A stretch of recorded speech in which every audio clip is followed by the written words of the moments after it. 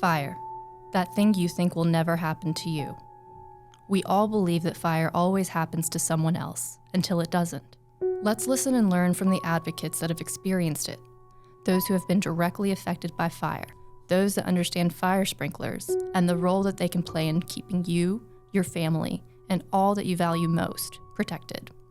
Sometimes, listening to an unexpected messenger might just save more than the day. The stories you are about to hear will make the case for fire sprinklers buy time, time buys life.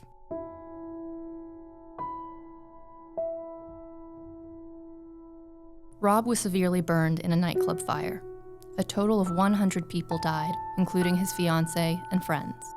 The only thing that will literally buy the time for people to get out of a building that is on fire are sprinklers. Smoke alarms are great. They'll alert you, they'll wake you up. They'll tell you that there is a problem somewhere in the building. A sprinkler will react where the problem is. People will die if you don't have them.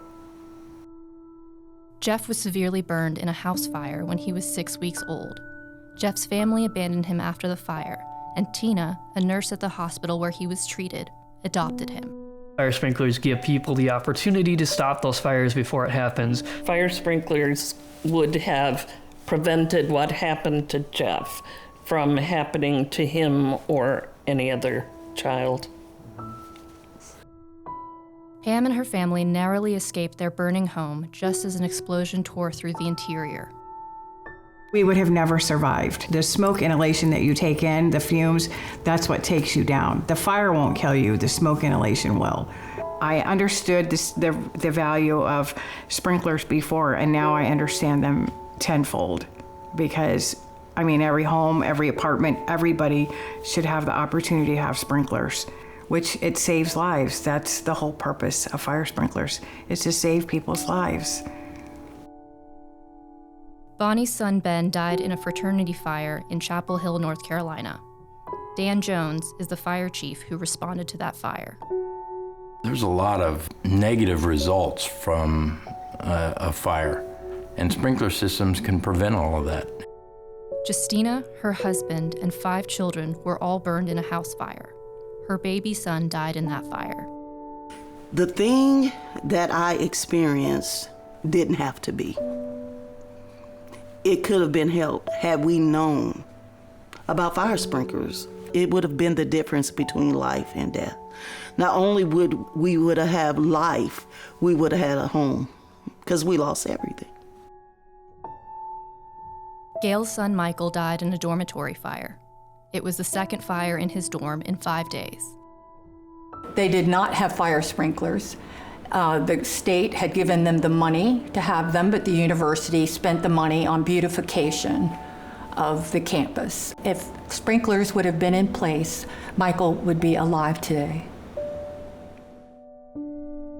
Vina's husband John was a firefighter in New York. He died fighting an apartment fire, leaving behind his wife and children. In spite of the renovations, there was no fire sprinklers. John would have lived if that building had sprinklers.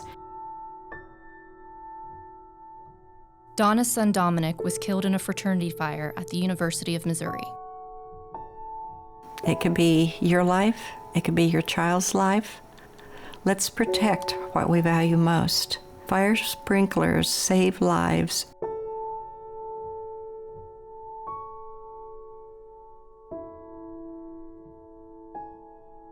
Common Voices is a group of people from 2 different areas.